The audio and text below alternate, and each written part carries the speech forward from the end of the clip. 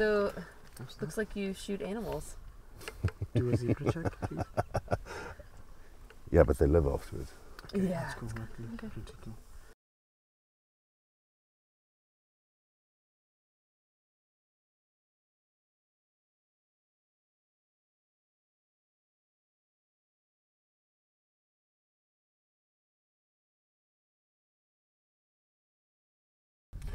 So current situation for the last few years is we're losing roughly just under 3 rhinos, call about 3 rhinos a day every 9 hours. Rhinos poached in South Africa alone. South Africa's got about 85% of the world rhino population. We're sitting with roughly just over 2,000 black rhinos and about 19,000 white rhinos.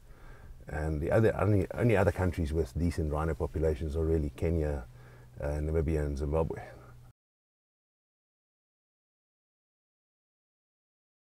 In South Africa, it's taking 50% of the poaching takes place in Kruger National Park, bordering Mozambique, and most of these poachers come in from Mozambique and enter Kruger National Park. There's about 14 or 15 poaching gangs active on any specific day in Kruger National Park.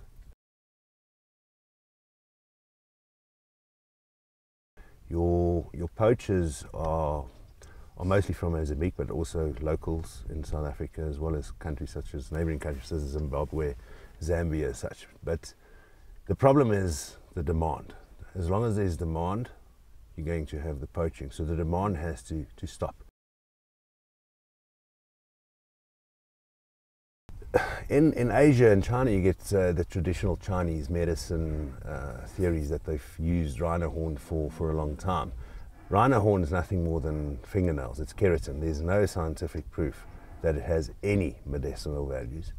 It's a bit of a fallacy if people think that the Chinese use it as an aphrodisiac. It's a small part of that, but it's mostly used as traditional Chinese medicine, where it gets grounded into a powder and mixed with water. Some people use it as a hangover cure. In Vietnam, it's also used as such. In the next 15 years. Less than 15 years, depending on the poaching, the way it goes on. Last year, 1,004 rhinos in South Africa were killed. The year before, it was 668. The year before that, it was 448. And the year before that, 333. So we've lost over 3,500 rhinos in the last 6 or so years, whereas pre-2006, it was 3 or 4 a year. So literally 50% increases year on year, every year at the moment, which is massive. You know, our poaching crisis in South Africa with elephants, it hasn't cropped up yet, but it will come. And the less elephants there are in Africa and Central Africa, the more they'll come down here. Selous Game Park in Tanzania have had a drop in their elephant population. Used to be sitting at about 55,000 7-8 years ago. It's now down to 13,000. Forest elephants are also being killed left, right and centre by terrorist groups such as Al-Shabaab and other terrorist groups who fund their warfare through selling of ivory to China. And this is a big problem. Ivory carving factories in China have to be closed down. So you've got a lot of terrorist organisation, rebel organisation in certain parts of Africa, up in specifically in Central Africa. So what they do is these guys are deep into these forests where it's very difficult to control and security-wise, and they are annihilating the elephants for their tusks, and then the tusks get shipped out through. There must be often corrupt officials that are involved with that, and it gets its route through to the carving factories in China. Status symbol, gifts.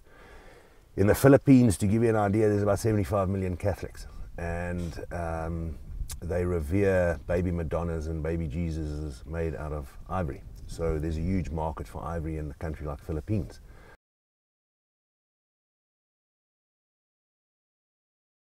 What we involve now, there's a global movement that worldwide of concerned conservation activists that have put together a global march for elephants and rhinos and lions on the 4th of October, and other animals, on the 4th of October this year.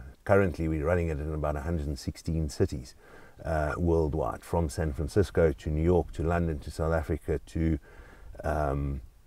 even the Rhino Orphanage that's going to March, Cape Town, Durban, Venice. Okay, so to join a global march is to literally go onto the Facebook page of the Global March for Elephants and Rhinos. There's also a website, globalmarchforelephantsandrahinos.com, and you can find a city. If there's not a city near your area, you can apply through the Facebook page to actually organize a city. Doesn't matter how big the city is. You know, there are small cities, there are big cities that are going to march, but it is going to be big, and watch out for the 4th of October. The world's going to speak out there, and find it on Facebook.